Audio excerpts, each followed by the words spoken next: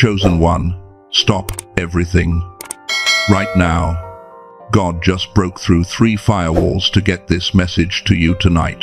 Not tomorrow, not next week, tonight. And if you click away in the next 60 seconds, you will miss the transmission that has been trying to reach you for months. This is not another video. This is an emergency broadcast from the highest frequency realm, and your spirit already knows it. That is why your heart rate just changed when you read the title. That is why something in your chest tightened the moment you saw this thumbnail. You are not here because of an algorithm. You are here because at exactly 11:47 p.m. in the spiritual realm, 13 minutes before divine midnight, a seal with your name on it was broken. And what is inside that seal cannot wait until morning. The Holy Spirit intercepted your scrolling, redirected your attention, and positioned you in front of these words at this exact microsecond. Because tonight is not random. Tonight is your anniversary. The anniversary of a question you asked when you were 7 years old, or half asleep, or crying in your car last month. You do not remember asking, but heaven marked the date. And tonight, the answer arrives. Subscribe to join the chosen ones receiving these emergency transmissions, like if your spirit confirms this word. Comment ready to signal, heaven, you are prepared for what comes next. But I need to warn you, what I am about to reveal will flip everything you thought you knew about why you have been suffering, why God has been silent, and what you are actually being prepared for. And once you know, you cannot unknow. So, if you are going to leave, leave now. Still here? Then you are cleared for the download. There are 3 transmissions in this broadcast, but if you miss the first one in the next 90 seconds, the other 2 will not make sense. And the third one? I am not allowed to give it until you understand why tonight is the night the seal broke. So, listen closely. There is a file in heaven with your name on it, not your nickname, your birth certificate name, the one your mother spoke over you before you could speak. That file has been sealed since the day you were born. And tonight, for the first time in your entire existence, that seal just cracked open. But here is what they do not tell you in church. That file was not sealed by God. It was sealed by you. Before you incarnated into this body, before you took your first breath on earth, you stood in the courts of heaven and you made a request. You said, do not let me remember too early. Do not let me access this information until I am strong enough to carry it. Because if I know who I am before I have been tested, I will try to force the mission before I have gathered my team. The silence you have been interpreting as abandonment, that was your own pre-birth strategy. And tonight, the timer you set before you were born just hit 0. In Revelation chapter 3 verse 20, it says, behold, I stand at the door and knock. But the Greek word for knock is kruo. And kruo is not a gentle tap, it is military-style, urgent pounding. The kind of knock that says, I do not have time to be polite. Open now, or the moment passes. That is the knock you have been hearing in your spirit for the past week, maybe the past month. That restlessness, that feeling like something is about to break open, that is not anxiety. That is heaven pounding on the door of your consciousness saying, the seal is breaking. Are you ready? But before we go further, I need to diagnose something. Because most of you watching this right now are not just tired, you are not just confused. You are suffering from something specific that the church does not have a name for. But I do. It is called spiritual gaslighting. And if you have been experiencing it, your entire body just responded to those words. Maybe your throat tightened, maybe your chest got heavy, maybe your eyes started to sting. Because finally, someone is naming the thing that has been eating you alive in secret. Spiritual gaslighting is what happens when you receive real signs, real synchronicities, real downloads from heaven, but no one around you can confirm them. So you start to doubt your own perception. You start to think, maybe I am making this up. Maybe I'm delusional. Maybe I'm not chosen. Maybe I'm just desperate. Let me tell you what spiritual gaslighting looks like. You are in your bedroom at 2 a.m., phone glowing blue in the dark. You are scrolling, searching, trying to find one more confirmation that you are not crazy. Because earlier today, you saw 3:33 on the clock for the 5th time this week. And 2 days ago, a stranger said the exact sentence you heard in a dream 3 months ago. And last week, you felt God speak so clearly, you could have written it down word for word. But when you tried to share it, the person looked at you like you were losing your mind. So now you are alone in the dark, asking yourself, am I chosen or am I crazy? And here is the thought you do not say out loud because it feels too ugly, too ungrateful. You think, if I am so special, why does my life look like this? Why am I still struggling? Why am I still alone? Why am I still waiting? That thought, that is not doubt. That is not lack of faith. That is the residue of spiritual gaslighting. Because somewhere along the way, someone made you believe that being chosen means being exempt from pain. And when the pain did not stop, you started to think the choosing was not real. But let me tell you what the pain actually was. It was not punishment. It was not God ignoring you. It was preparation. Every betrayal was a lesson in discernment. Every loss was a lesson in detachment. Every moment of silence was a lesson in self-trust. You were not being abandoned. You were being trained. Psalm 102 verse 7 says, I lie awake. I have become like a bird alone on a roof. The Hebrew word for lie awake is shakad, and it does not just mean unable to sleep. It means to watch sleeplessly, to be on high alert, like a soldier standing guard. The psalmist is not complaining about insomnia. He is describing a spiritual assignment. Your 3 a.m. wake-ups, your inability to rest when everyone else is sleeping, that is not a sleep disorder, that is shakad. You are on watch. You are guarding something in the spiritual realm that others cannot see. But no one told you that.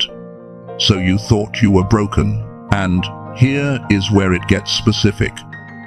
There are 7 symptoms of spiritual gaslighting, and I want you to count how many you have experienced in the last 6 months. Symptom 1. You receive clear guidance, but when you try to obey it, everything falls apart. So you start to think you heard wrong. Symptom 2. You see patterns everywhere. Numbers, names, phrases that repeat so often it feels like surveillance. But when you mention it, people say you are reading too much into things. Symptom 3. You feel a deep knowing about your purpose, but you have zero evidence in the natural realm to back it up. No open doors, no confirmation, just a stubborn certainty that will not go away. Symptom 4. You have dreams that are too vivid to be normal dreams. Dreams where you receive instructions, warnings, or information you could not have known. But you are afraid to act on them because what if you are wrong? Symptom 5. You feel energetically different from everyone around you. Not better, not worse. Just different. Like you are tuned to a frequency no one else can hear. Symptom 6. People randomly confess things to you. Strangers tell you their secrets. Acquaintances cry in your presence for no reason. You have become a walking confessional, and you do not know why. And symptom 7, the loneliest one. You feel like you are living in 2 realities at once. The one everyone else sees, and the one only you can see. And you are exhausted from pretending they are the same. If you have 3 symptoms, you are in the early stage. If you have 5, you are in critical condition. If you have all 7, then you are exactly where you need to be for this transmission. Because all 7 means the veil between you and your assignment is paper thin. And tonight, we are going to tear it.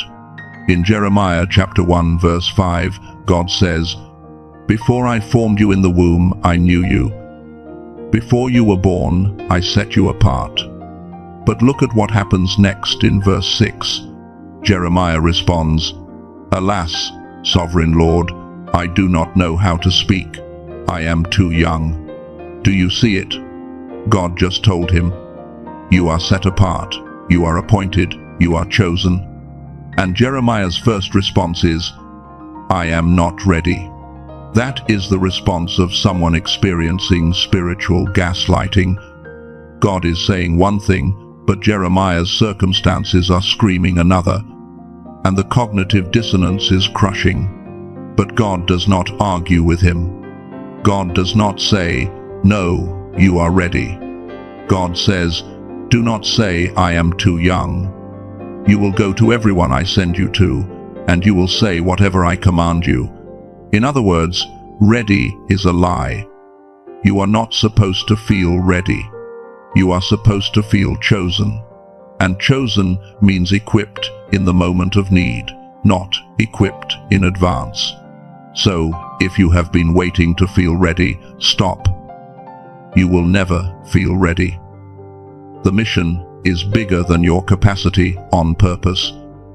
Because if you could do it in your own strength, it would not require God.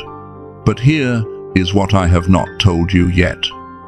Here is the part that is going to shift everything. The file with your name on it, the one that was sealed. It is not a destiny blueprint. It is not a list of what you are supposed to do. That is what I thought it was for years. That is what most teachers will tell you, but that is not what it is. The file is a witness report, a documentation of what you already did in the spiritual realm before you were born. You are not reading your future. You are remembering your past. You already agreed to this mission. You already volunteered for this assignment. You already said yes before you came here. And the seal breaking tonight, that is not God finally deciding to let you in on the plan. That is you finally being ready to remember what you already knew. And when that memory comes back, it is not going to feel like new information. It is going to feel like coming home. But the question is, why was the file sealed in the first place? Why the delay? Why the waiting? Why the silence? What you think is the reason. It is not. And that is what the second transmission is about. The reason the file was sealed is because you were not ready for the weight of the truth. Your nervous system needed time to develop capacity. If you had remembered who you were too early, if you had accessed your full assignment as a child, your body would have collapsed under the magnitude. Your relationships would have shattered. Your mind would have fractured trying to hold both realities at once. So God, in His mercy, encrypted the information. He time-locked it. He set it to auto-decrypt at the exact moment when your frequency would match the message. And that moment is now. At least, that is what most teachers will tell you. That is the Sunday school answer. The one that makes God look protective and wise. And it is true. But it is not the whole truth. Here is what they do not tell you. The silence was not just from God. It was ordered by you. Before you incarnated into this body, you stood in the planning room of heaven and you looked at the assignment. You saw the mission, you understood the cost, and you made a request. You said, "Do not let me remember too early, because if I know who I am before I have been tested. I will try to force the mission before I have gathered my team. I will move in my own timing instead of divine timing, and I will burn out before I ever begin. So you requested the delay. You designed the silence. You set the timer yourself. The waiting was not abandonment. It was your own pre-birth strategy. And here is why this changes everything. Because if you ordered the silence, then the silence was not a sign that you were forgotten. It was a sign that you were being protected by your own future self.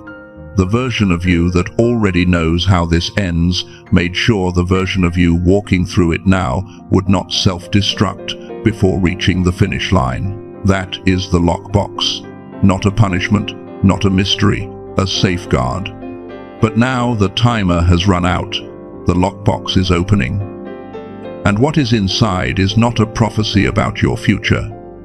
It is a memory of your past. A reminder of what you already agreed to before you were born. Ecclesiastes chapter 3 verse 11 says, "He has made everything beautiful in its time. He has also set eternity in the human heart."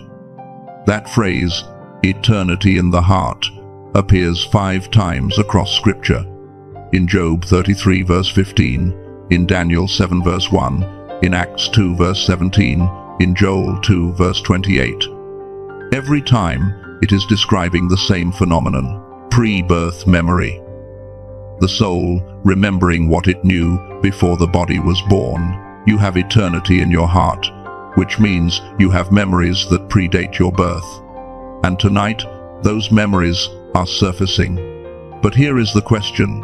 If the lockbox is opening, how do you actually access what is inside? How do you retrieve the information without distorting it? How do you know the difference between a real download and your own wishful thinking? That is what the Midnight Protocol is for. The Midnight Protocol is a 3-gate system. Most chosen ones only find the first gate. Some find the second. But the third gate, that is why I had to make this broadcast tonight specifically. Because Gate 3 only opens during certain windows, and tonight you are inside one of those windows. Let me explain. Gate 1 is the recognition gate. This is where you learn to identify the signs, not general signs, specific signs, the ones that are custom designed for your frequency. Because not every chosen one sees 1111. Not every chosen one dreams in symbols. Your soul has its own language, and Gate 1 is where you learn to decode it. Here is how you pass through Gate 1. In the next 48 hours, you are going to notice 3 things that feel too precise to be coincidence. It might be a phrase someone says that matches a phrase you thought this morning. It might be a number that shows up 3 times in 3 different places. It might be a sudden memory from childhood that you have not thought about in years. When that happens, do not dismiss it. Do not rationalize it. Speak it out loud. Say, "I see you. I recognize this as a sign." That verbal acknowledgement is the key. It turns the lock on Gate 1. Gate 2 is the validation gate. This is where you test the sign to make sure it is real and not imagination. Because here is the truth. Most spiritual teachers will not tell you. Not every sign is from God. Some signs are from your own desperation. Some are from the enemy trying to distract you. And you need to know the difference. Here is how you validate. A real sign will do 3 things. First, it will bring peace, not panic. Even if the message is intense, the delivery will feel steady. Second, it will align with Scripture. God does not contradict His own word. And third, it will require you to grow, not stay comfortable. Real signs push you toward your edge. If a sign checks all 3 boxes, you have clearance to move to Gate 3. Gate 3 is the transmission gate. This is where you receive the actual download, the instructions, the intel, the specific next steps. And here is why Gate 3 only opens at certain times. Because downloads are not just information, they are energy. And your body can only handle certain frequencies at certain times. Midnight is one of those times. Not metaphorical midnight, literal midnight. The moment when one day ends and another begins. The veil between the spiritual and physical realm is thinnest at that hour. That is why you wake up at 3 a.m. with clarity you do not have at 3 p.m. That is why the darkest moments of your life always seem to happen in the middle of the night, because that is when heaven has the clearest line to earth. Matthew chapter 25 verse 6 says, "At midnight the cry rang out, 'Here is the bridegroom, come out to meet him.'"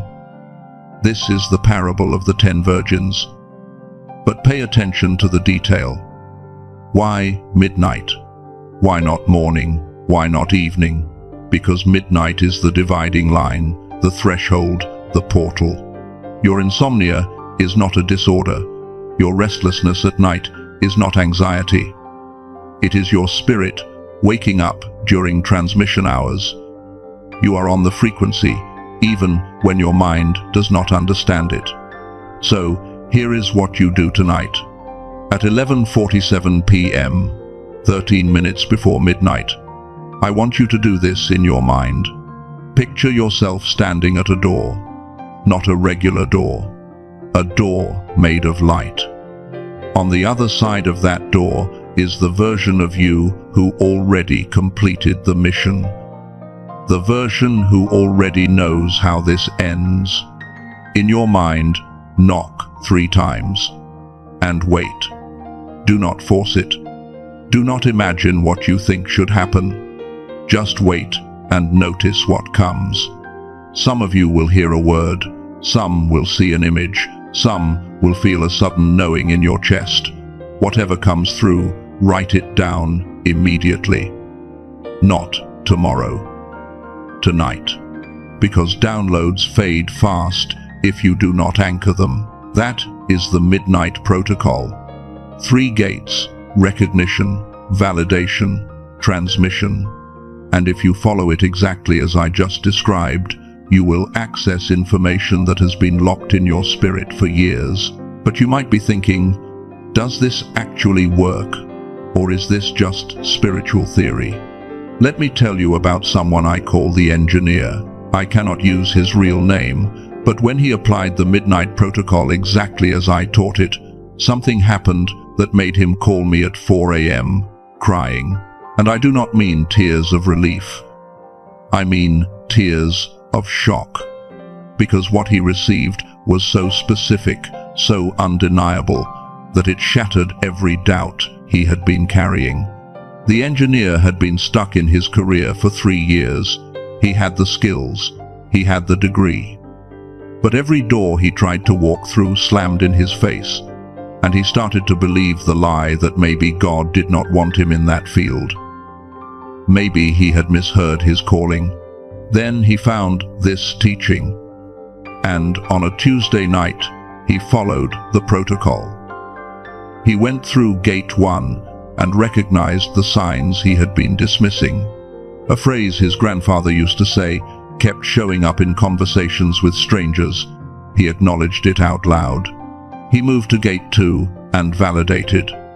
The phrase brought peace. It aligned with Scripture, and it required him to step into a level of leadership he had been avoiding. All 3 boxes checked. Then, at 11:47 p.m., he stood at the mental door, knocked 3 times, and waited. What came through was not a feeling. It was a voice. Not audible, but clear. It said his childhood nickname, the one only his dead grandmother used. And then it gave him an instruction. Apply for the position you think you are not qualified for. The one you looked at last week and closed the tab because it felt too big. He thought he was losing his mind, but he had made a commitment to obey the downloads. So the next morning, he applied. And here is what happened. He got a call back within 3 hours. Not 3 days. 3 hours. The hiring manager said, "We were not even planning to interview anyone else, but something told me to open your resume." Within 6 weeks, he was in the position. And within 6 months, his income had tripled. But that is not even the real miracle. The real miracle is what he told me later. He said, "The voice that gave me the instruction, it did not sound like God. It sounded like me, like the version of me who already knew this would work out." That is what happens when you access Gate 3. You do not just receive information from God, you receive it from your future self. The part of you that exists outside of time, the part that has already walked the path and is now guiding the part of you still walking it. 1 Samuel chapter 3 verse 10 tells the story of Samuel hearing God's voice. But notice, he heard it 3 times before he recognized it was God. The first 2 times, he thought it was Eli, because divine transmissions often sound like your own thoughts. They do not come with a thundering boom and a choir of angels. They come as a quiet knowing, a sudden clarity, a whisper that feels both foreign and familiar at the same time.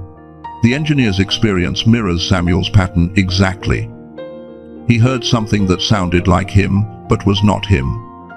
And when he obeyed it, reality rearranged itself to match the instruction.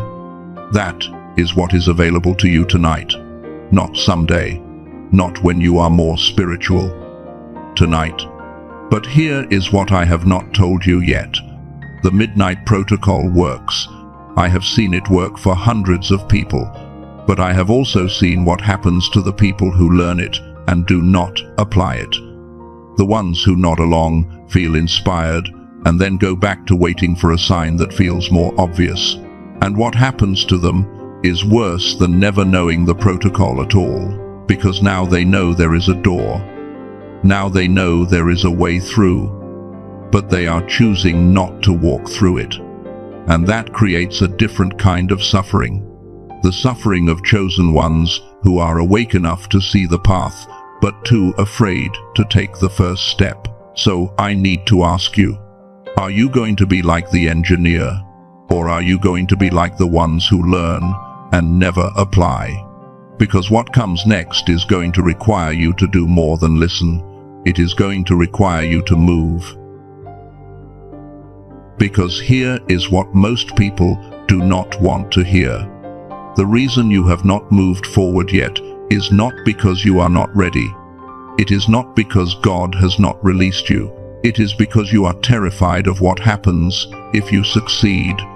Let me say that again. You are not afraid of failure. You are afraid of winning. And that fear is so uncomfortable, so shameful, that you have buried it under 100 other excuses. You tell yourself you are waiting for clarity. You tell yourself you are being patient. You tell yourself you are trusting God's timing. And all of that might be true. But underneath it is a question you do not want to ask out loud.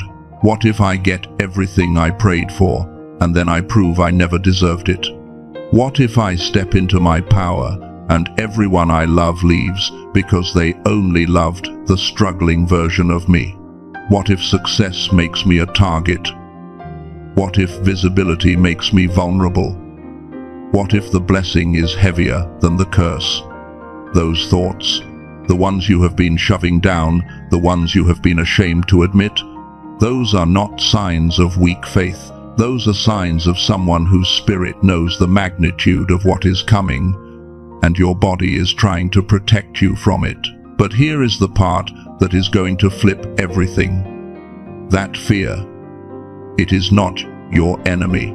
Most teachers will tell you to overcome fear, defeat it, pray it away, starve it out. And you have tried. You have done the affirmations. You have quoted the scriptures. You have declared that you are more than a conqueror. But the fear keeps coming back. You know why? Because you are not supposed to overcome it. You are supposed to bring it with you. That fear you feel when you think about stepping into your full authority, that is not a warning sign. That is a confirmation sign. Because fear only activates around real power. If this mission was fake, if this calling was delusion, you would not be scared. You would be indifferent. The fact that you are terrified means you are close. The fact that your hands shake when you think about the next step means the next step is real. The fear is not trying to stop you. The fear is your bodyguard. It only shows up when you are about to touch something that matters. Exodus chapter 3 verse 11. Moses stands in front of the burning bush, and God says, "I am sending you to Pharaoh to bring my people out of Egypt." And Moses responds, "Who am I that I should go to Pharaoh? Who am I that I should bring the Israelites out of Egypt?" That is the fear response. Not, "I cannot do this," but, "Who am I?" And here is what is critical. God does not say, "You are amazing. You are qualified. You are enough." God says, "I will be with you." In other words, your inadequacy is not disqualification. Your inadequacy is the entire point. Because if you could do this in your own strength, it would not require God. And if it does not require God, it is not your real assignment. The same pattern shows up with Gideon, with Jeremiah, with Esther. Every single one of them responded to their calling with, "I am not enough." And every single time, God said, "I know. That is why I am sending you." So stop waiting for the fear to go away. It will not. Stop waiting to feel ready. You will not. Start moving with the fear. Start obeying with the trembling. Because courage is not the absence of fear. Courage is fear that has said yes anyway. But I need to tell you something else. Something I have been holding until now, because if I said it at the beginning, you would not have believed me. But you have come this far. You have stayed through the discomfort, so you are ready to hear it. There is a reason this broadcast found you tonight. There is a reason the seal broke today and not last month. There is a reason you are hearing this message at this exact moment in your life. Because tonight is your anniversary. Not your birthday. Not the anniversary of a major life event. The anniversary of your first real prayer. The one you spoke before you knew religious language. The one you whispered when you were still honest with God. The one that went something like this: "God, if you are real, use me. I do not care what it costs. I do not care what I have to go through. Just please, let my life mean something." You do not remember praying it. Or maybe you do, but you thought it did not count because you were too young, or too broken, or too far from God at the time. But heaven heard it. Heaven documented it. And heaven marked the date. And today, whether you realize it or not, you are standing inside the 48-hour window of that prayer's anniversary.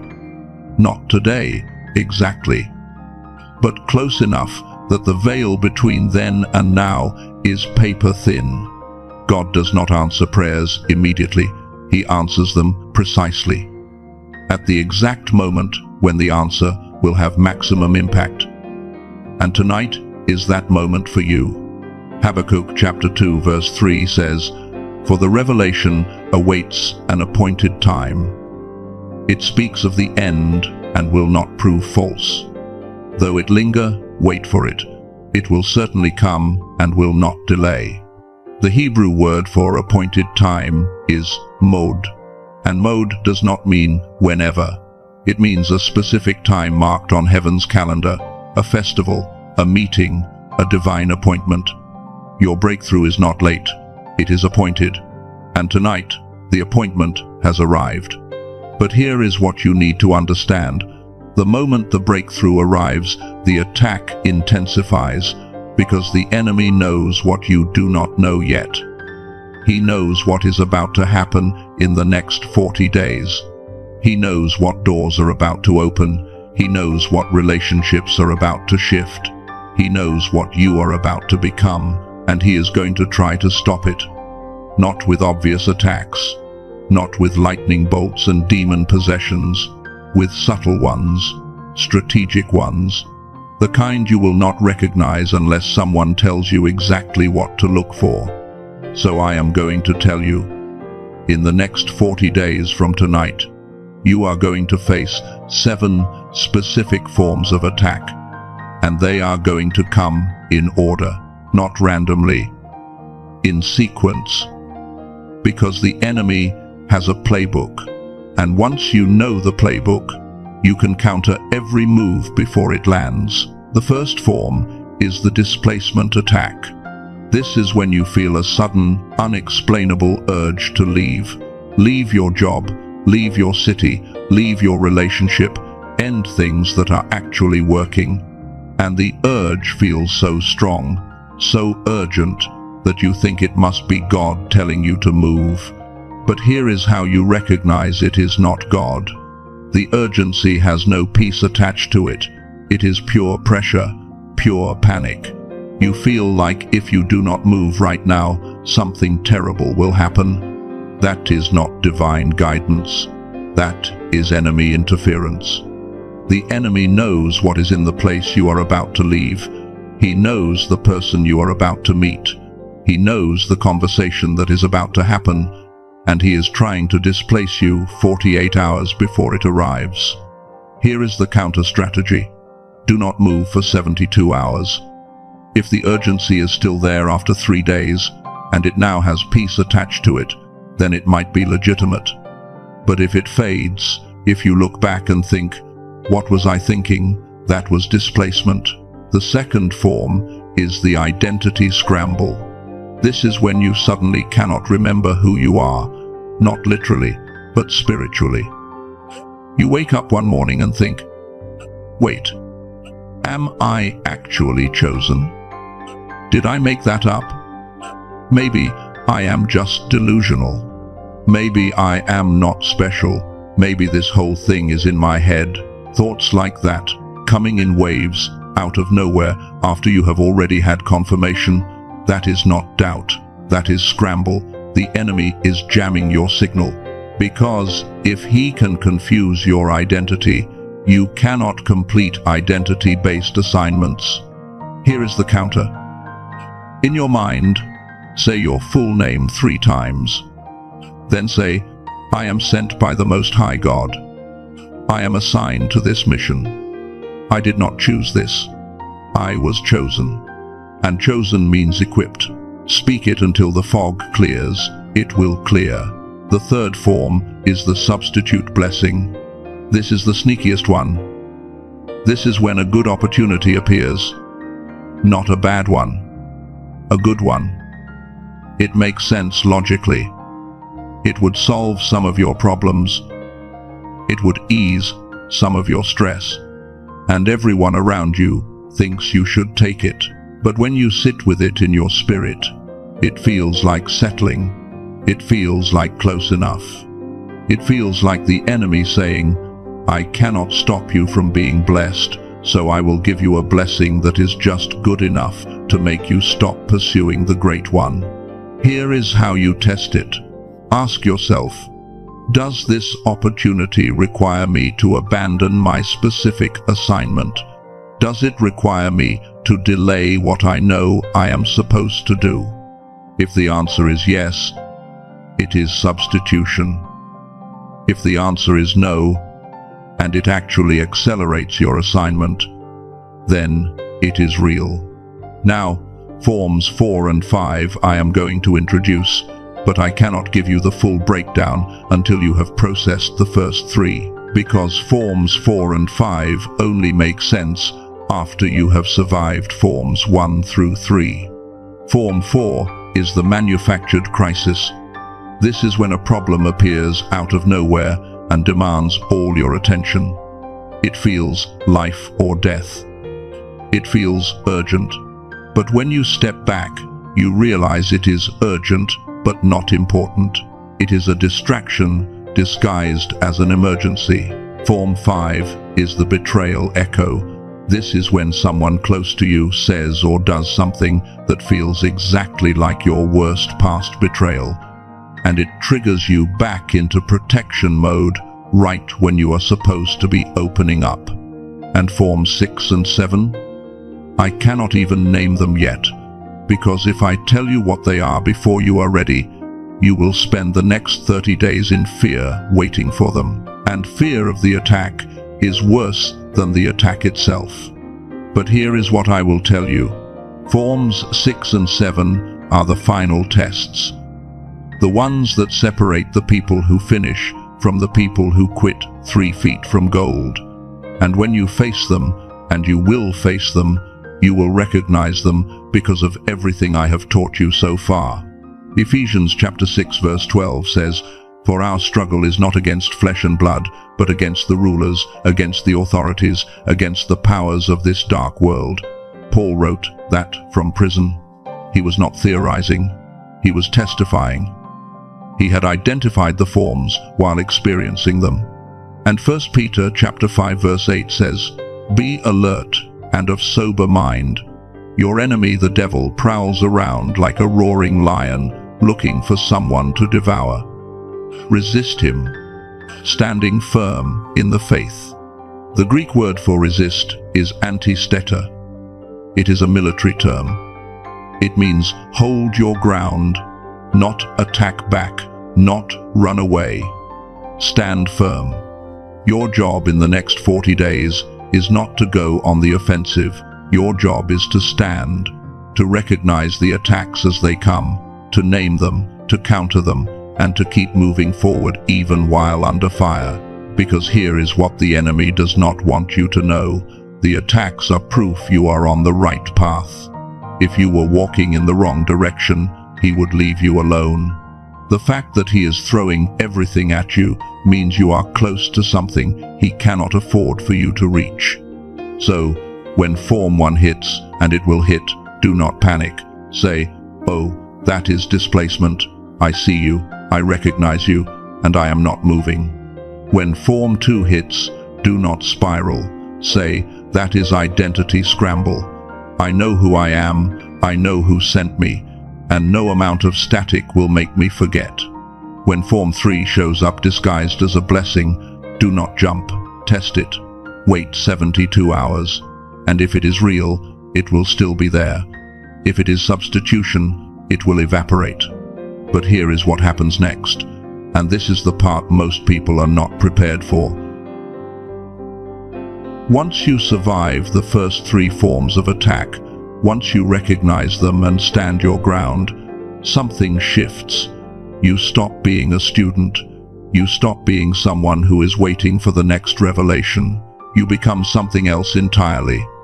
You become a transmitter. And this is where everything changes. Because up until now, you have been in receiver mode, waiting for signs, waiting for downloads, waiting for confirmation. And that was necessary. You needed to learn the language.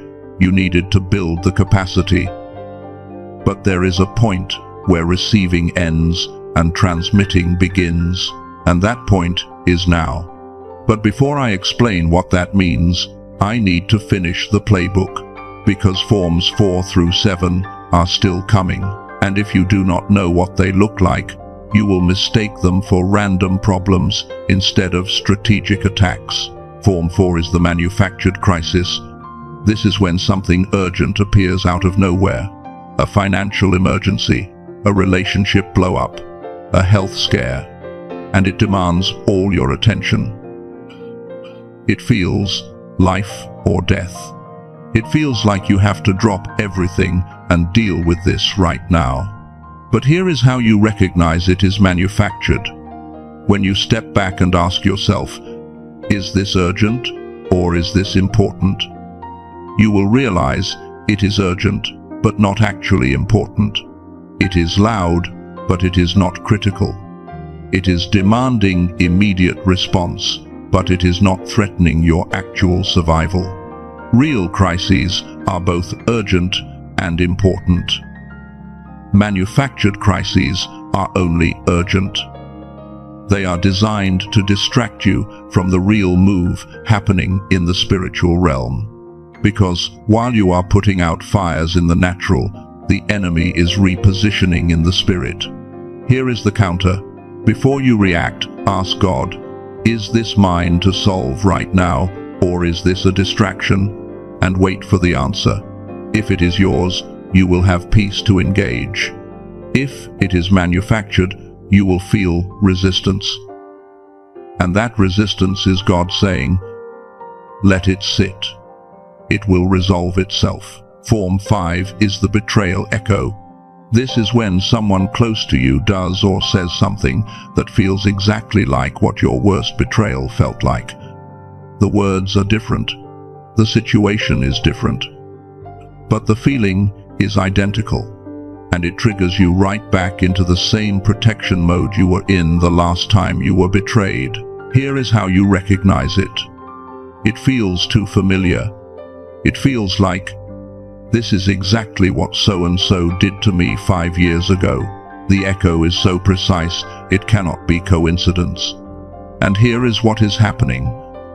The enemy is projecting a pattern onto a new person to make you respond the same way you responded before, to make you shut down, to make you close off, to make you run. Here is the counter. Recognize it as a pattern being projected, not a new reality, and respond differently than you did before. If you ran last time, stay this time. If you fought last time, stay silent this time. Break the pattern, and the echo loses its power. Form 6 is the resource drought. This is when money, time, or energy suddenly dries up right after you commit to the next level. You make the decision to obey. You say yes to the thing God told you to do. And within 48 hours, a bill appears, an expense hits, your schedule gets slammed, your body crashes, and you think, I must have heard wrong. God would not call me to something and then remove the resources I need to do it. But that is exactly what He does, because the drought is a test. Will you obey in the shortage? Or will you only obey when you feel like you can afford to? Here is the counter. Do the smallest version of what you were called to do. If you were supposed to start a ministry, but money is tight, do not start the ministry. Start a conversation. If you were supposed to write a book, but time is scarce, do not write the book. Write 1 page. The act of obedience in shortage unlocks the resource in abundance. But you have to move first. And Form 7, the final one, the one that has ended more callings than all the others combined. Form 7 is the physical crash. This is when your body completely shuts down. Extreme exhaustion that sleep does not fix, sudden illness that doctors cannot explain, or sleep disruption so severe you cannot function. And it hits right when you are supposed to execute. You wake up one morning and you literally cannot get out of bed. Not because you are lazy, not because you are depressed, but because something in your body has been turned off. Here is what is happening. The enemy knows that if your body is offline, your spirit cannot operate. So he attacks the vessel. And here is the hard truth. This is the one form you cannot fight alone. Form 7 requires collective warfare. You need to call in your covering, your pastor, your intercessor, your mentor, someone who can stand in the gap while you are down. Because this attack is designed to isolate you and then crush you while you are isolated. Here is the counter. Do not try to push through it. Do not try to power through it. Rest. But call for backup.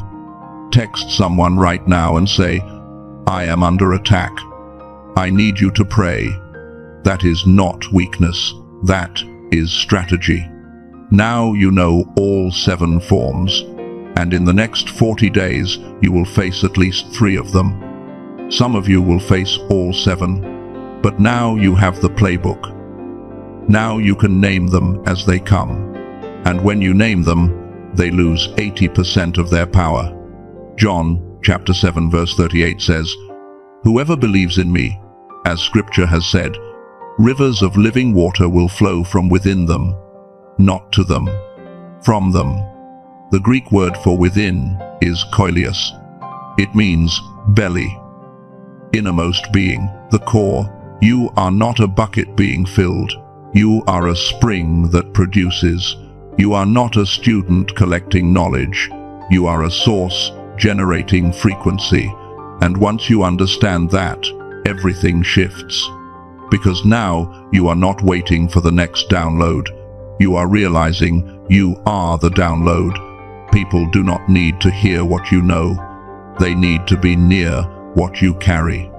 And here is what most teachers will tell you.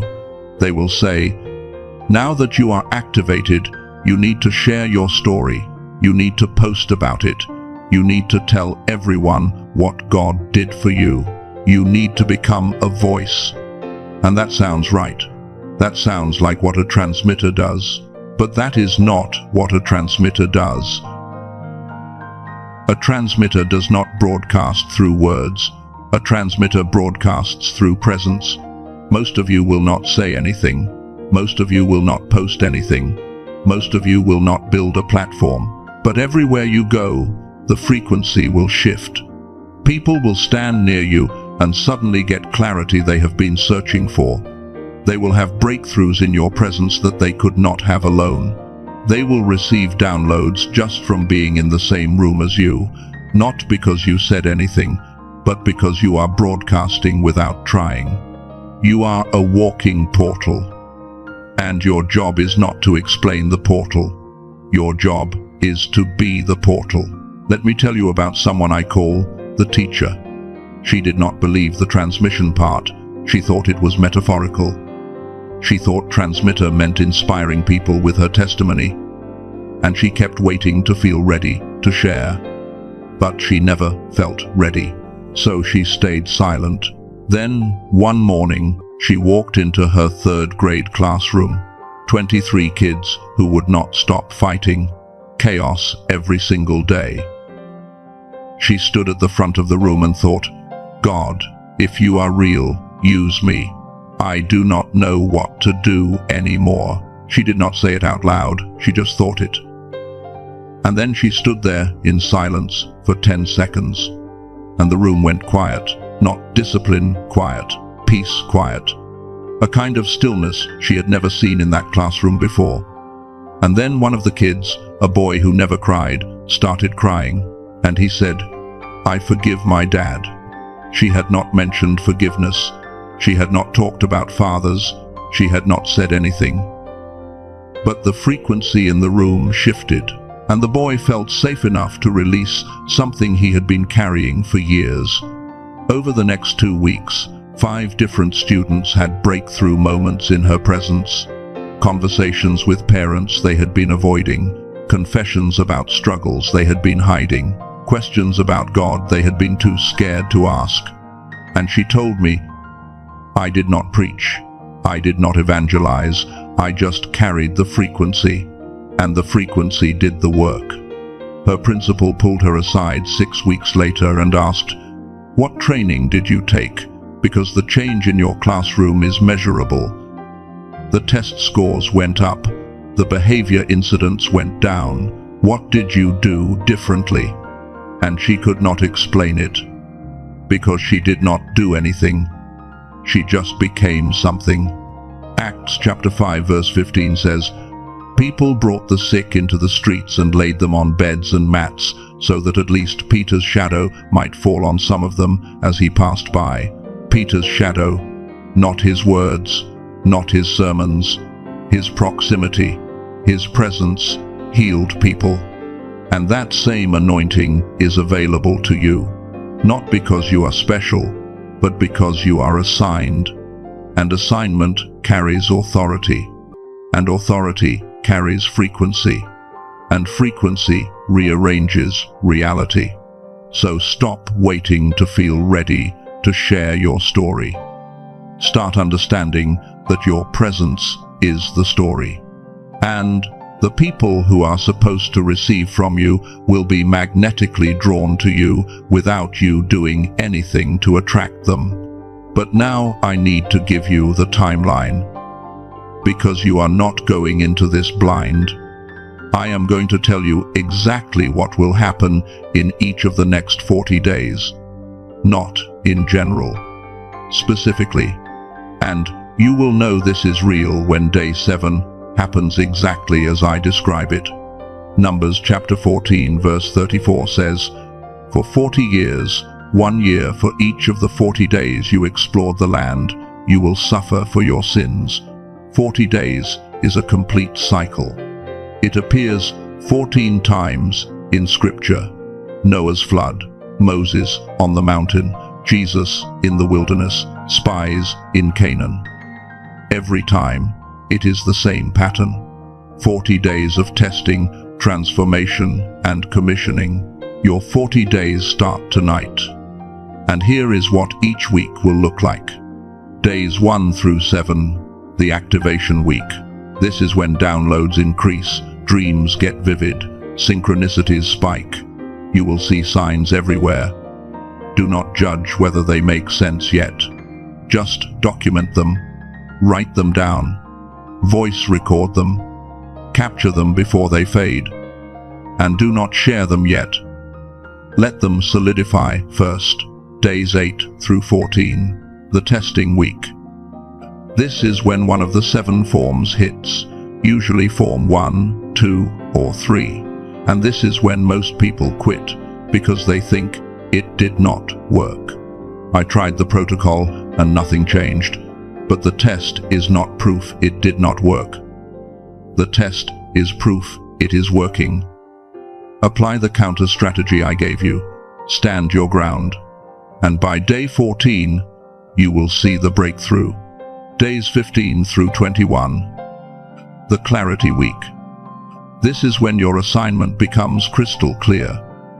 Not abstract anymore. Not vague. You will be able to write it in one sentence. I am here to do this specific thing. And it might sound too simple or too big. Both are correct. Days 22 through 28. The connection week. This is when your team starts appearing. People reaching out randomly. Unexpected meetings.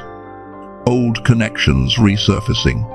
Not everyone who appears is for you. Some are tests. Use discernment. But the real ones will feel like reunion, not introduction. Days 29 through 35.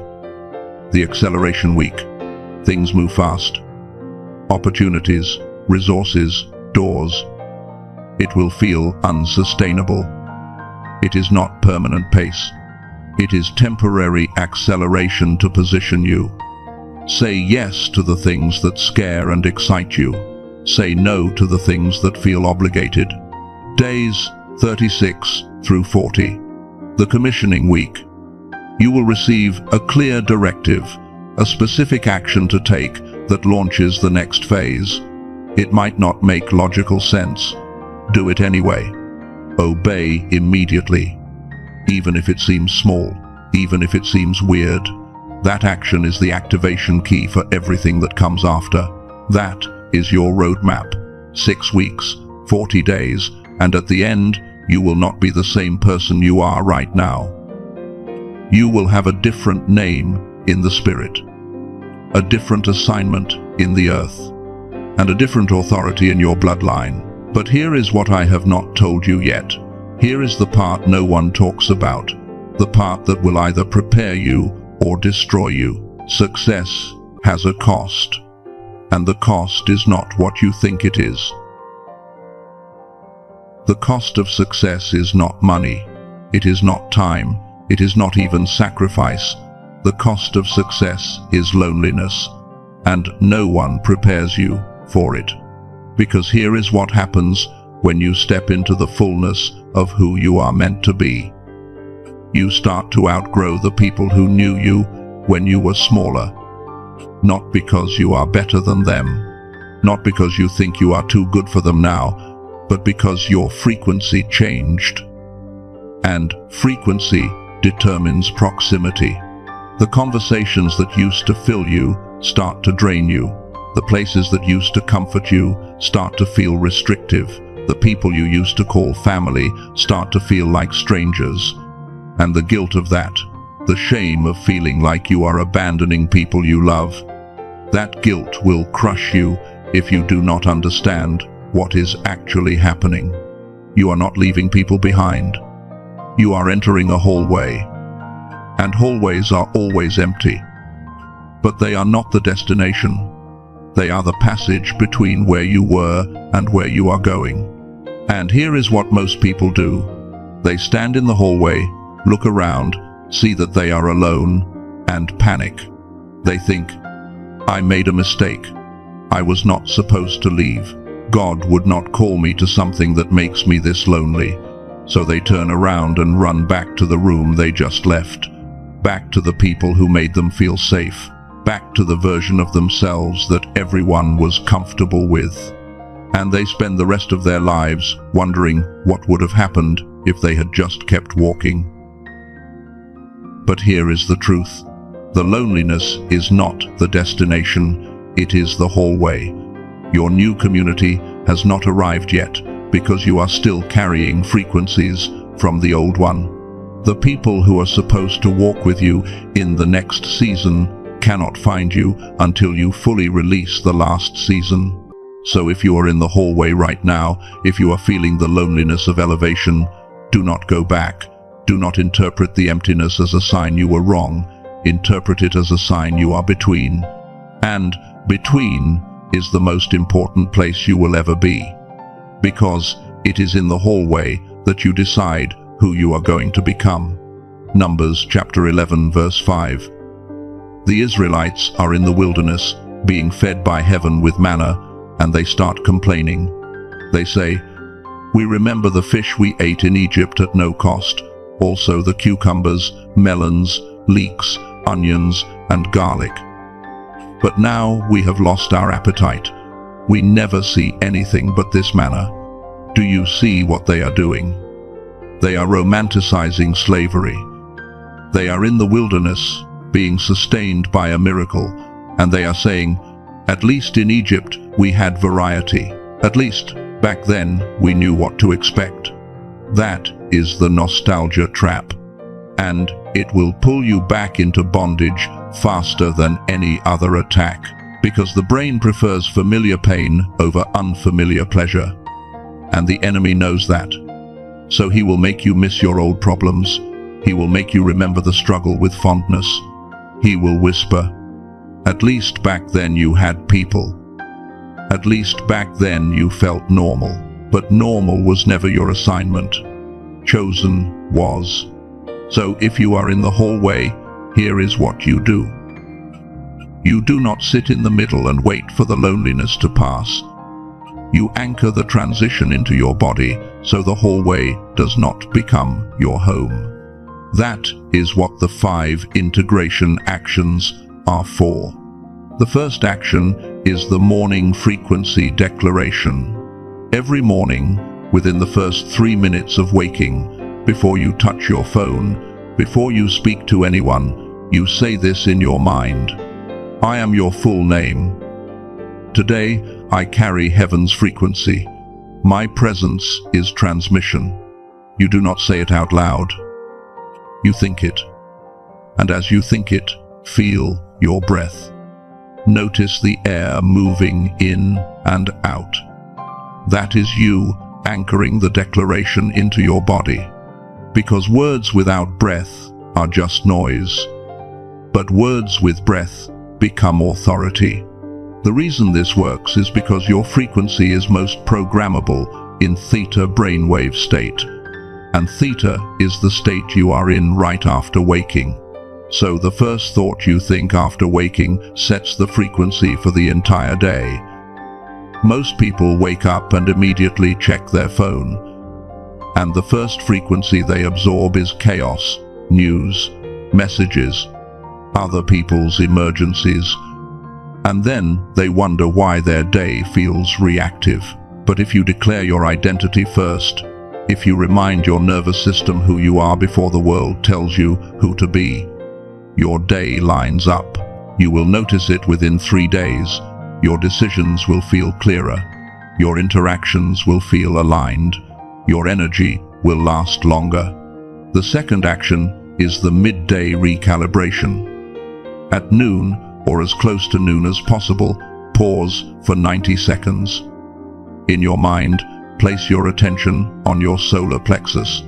That is the space just below your rib cage. And ask one question: am I in alignment right now? Do not answer the question with your mind. Let your body answer. If you feel expansion, lightness, ease, you are in alignment. If you feel contraction, heaviness, resistance, you are out of alignment. And if you are out of alignment, do not panic. Just notice it. And then make one small adjustment. Cancel the meeting that feels forced. Send the text you have been avoiding. Say no to the thing you only said yes to out of obligation. The reason noon matters is because noon is when the sun is at its highest point. And the sun is not just a physical object. It is an electromagnetic force. And at its peak, your body is receiving the strongest signal from the natural world. So, if you recalibrate at noon, you are syncing your internal frequency with the external frequency of creation. The third action is the evening documentation. Every night, before you sleep, you mentally review your day and identify 3 things. 1. Synchronicity. 1. Download or insight. And 1 person who randomly appeared or reached out. You do not need to write it down, just replay it in your mind. See it again. Feel it again. Because the act of reviewing trains your consciousness to notice the frequency work happening around you. Most people miss 90% of the signs because they are not paying attention. But when you commit to documenting, your awareness sharpens, and by day 10, you will be seeing patterns you could not see before. The fourth action is the weekly pattern review. Once a week, on the same day every week, review all 7 days mentally. Look for the thread. Look for the connection between the synchronicities, because the individual days might seem random, but the pattern reveals the plan. In your mind, ask, what is the one theme that showed up multiple times this week? Maybe it was a phrase. Maybe it was a person's name. Maybe it was a feeling. And once you identify the theme, ask, what is this trying to tell me? The fifth action is the anchor object visualization. In your mind, picture one object that you see or touch every day. It could be your car keys. It could be your phone case. It could be a ring you wear. And assign it a meaning. Every time you see that object or touch it, let it remind you, I am transmitting. I am aligned. I am on mission. You do not need to carry a physical object. The object is already in your life. You are just reprogramming its meaning. And after 40 days, touching that object will instantly shift your state, because your nervous system will associate it with the frequency you have been building. These 5 actions are not rituals. They are neural reprogramming. They are how you anchor the spiritual into the physical. And if you do them for 40 days, you will not need them anymore, because by then the frequency will be automatic. Joshua chapter 4 verses 6 and 7. God tells Joshua to take 12 stones from the Jordan River and pile them as a memorial, so that when your children ask in the future, what do these stones mean? You can tell them. You can say, this is where God stopped the waters. This is where we crossed over. The Hebrew word for memorial is zikaron. And it does not just mean remember. It means remember. To put back together, to reassemble what has been fragmented. Physical objects reconnect you to spiritual moments when you are falling apart. That is what the anchor object does. It remembers you when the world tries to fragment you. But now, I need to tell you the thing I have been holding until the very end. The thing that will either set you free or confuse you, depending on whether you are ready to hear it. God is not about to tell you that you are special. He is about to tell you what you have been assigned. Not your purpose. You already know your purpose. Even if you cannot name it, you feel it. That pull, that knowing, that thing you cannot stop thinking about no matter how many times you try to distract yourself. Your purpose is not the mystery. Your protocol is. Protocol is the specific sequence of moves that turns what you know into what you do. It is the difference between having a vision and executing a vision. And most chosen ones die with the vision still inside them because they never got the protocol. But here is the part that changes everything. You are not becoming chosen. You are remembering you already were. The struggles were not punishments. They were training simulations. Every betrayal was a lesson in discernment. Every loss was a lesson in detachment. Every moment of silence was a lesson in self-trust. You did not happen to find this broadcast. This broadcast was scheduled. Your breakdown last month? That was demolition, not destruction. Your isolation this year? That was incubation, not rejection. Your confusion lately? That was signal interference clearing. The reason you feel different from everyone else is not delusion. It is accuracy. You are different, not better, not worse. Different. Assigned to a different frequency, different mission, different timeline. And tonight, the assignment you forgot is being handed back to you. Not a new assignment. Your original assignment.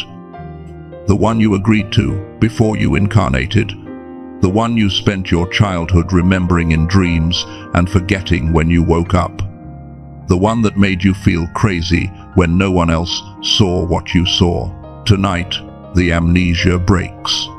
Ephesians chapter 1 verse 4 says, He chose us in Him before the creation of the world. The Greek phrase is pro kataboles kosmo, before the foundation of the world.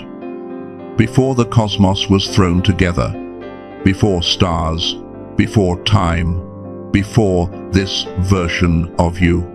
And Psalm 139 verse 16 says, All the days ordained for me were written in your book before one of them came to be. Your life was authored before it was lived. You are not writing your story. You are performing it. And tonight, you finally see the script. But seeing the script is not enough. You have to act on it. And that is where the commissioning comes in. You are being commissioned tonight. Not suggested, not invited, commissioned. And commissioning is not optional. It is orders. Your first assignment is to become the frequency guardian. Your primary mission for the next 40 days is to hold the frequency no matter what happens around you. When others panic, you stay grounded. When others doubt, you stay certain, not because you are stronger, but because you are assigned. In the next 40 days, someone will try to pull you into their chaos. You will feel the hook. You will feel the pull. Do not bite. Your steadiness will recalibrate them. Your second assignment is to become the pattern breaker. Your secondary mission is to break generational cycles in your bloodline. Where your family has poverty thinking, you have abundance. Where they have victim story, you have victor story. Not to shame them, but to free them. Notice what behavior or belief you default to under stress. and next time, do the opposite. The curse stops with you. The blessing begins with you. Your third assignment is to become the bridge. Your tertiary mission is to translate between realms. You speak spirit language and earth language fluently. Your job is to help people who live only in spirit or only in earth find the bridge between. When someone shares a struggle, give them spiritual insight and practical action. Both, not one or the other. You become the walking integration point. Isaiah chapter 6 verse 8. Isaiah hears God say, "Whom shall I send? And who will go for us?" And Isaiah responds, "Here am I. Send me." But notice, he volunteered after seeing God's glory, not before. Commission comes after encounter, not before. You are being commissioned now because you have had the encounter. This broadcast was it. You have seen the glory. You have received the intel. Now you respond, and your response is not words. Your response is obedience. So now we seal it. But before we seal it, you need to prepare, because what comes next is not a regular prayer. This is an activation ceremony.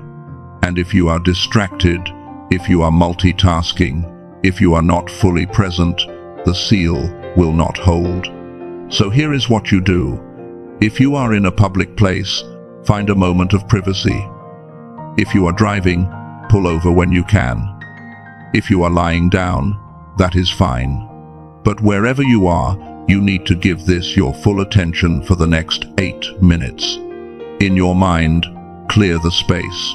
Imagine yourself standing in an empty room, white walls, white floor, white ceiling, nothing else, just you and the presence of God. Feel the stillness. Feel the weight of this moment. This is not you praying to God. This is God praying through you. Your job is to be the mouthpiece, not the author. I will speak some words. You will repeat some words in your mind, and together we will create the seal. If you feel resistance, that is normal. Push through. If you feel emotion, tears, heat, trembling, let it move. If you feel nothing, that is fine too. The work happens whether you feel it or not. Nehemiah chapter 8 verse 6. When Ezra opened the book of the law, all the people stood up. And Ezra praised the Lord, and all the people lifted their hands and responded, "Amen, Amen." Then they bowed down and worshipped the Lord with their faces to the ground. Physical posture matters in spiritual moments. And even though you cannot physically stand right now, you can stand in your mind. Picture yourself standing at attention. Spine straight, head level, shoulders back. This is the posture of a soldier receiving orders. Now we begin. In the name of Yeshua, the name above all names, I declare that the atmosphere is shifting right now. The veil is thin. The portals are open. Heaven's emergency broadcast station is transmitting on full power. Every demonic interference, every doubt frequency, every counterfeit signal, silenced. This moment is holy. The angels assigned to you are standing at attention. Your name is being spoken in the courts of heaven.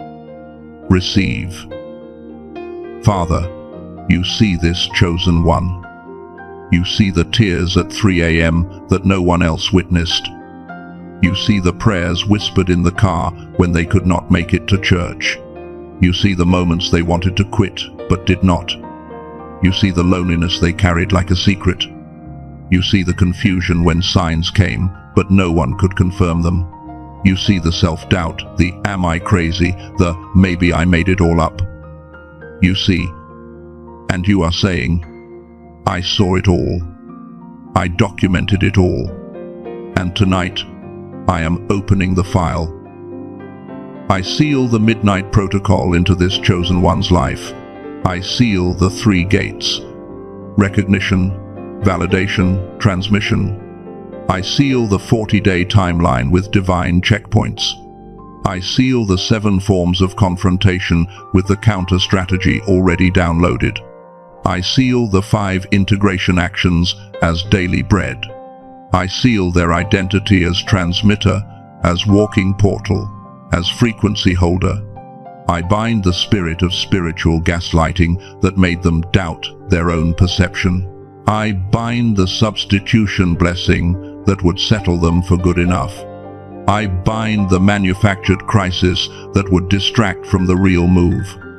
I bind the imposter syndrome that would make them shrink after success. I bind every voice that says, "You are not ready," because ready is a lie. You are chosen, and chosen means equipped. I seal the transmission activation. Everywhere you go, people will feel something shift without you saying a word. I seal the antenna extension. You are now a walking broadcast tower. I seal the ripple effect. Breakthrough will cascade through your bloodline, both forward and backward through time. I declare, within 7 days, you will receive the first confirmation checkpoint. Within 14 days, you will face the first form of attack, and you will recognize it. Within 21 days, your assignment will crystallize from fog to focus. Within 40 days, you will be standing in a completely different reality than where you stand tonight. I declare resources are about to find you, not the other way around. I declare doors that were welded shut are about to swing open. I declare relationships that were draining you will release their grip. I declare the waiting is over. The silence is broken. The transmission is active. I declare you will look back on tonight and mark it as before and after. This is your Genesis moment, your burning bush, your road to Damascus. Tonight, you remember who you are. Now, I am going to ask you a question, and heaven is waiting for your answer. Are you ready to carry this? Are you ready to be different, to be misunderstood, to lose some people, to outgrow old versions of yourself? Are you ready to be a transmitter even when you do not feel like it? Are you ready to stand when others fall? In your mind, say yes. Say it like you mean it. Heaven heard that. The angels heard that. Hell heard that. And I heard that. You are now commissioned. The activation is complete. You are dismissed from the waiting room. You are dismissed from the wilderness of confusion. You are dismissed from the season of preparation. You are now in your assignment. Do not say amen yet. Sit in this silence for 10 seconds. Let it settle. Let it root. Let it seal. Now go. And do not come back to normal. There is no normal anymore. You are marked. You are activated. You are deployed. The emergency broadcast is complete.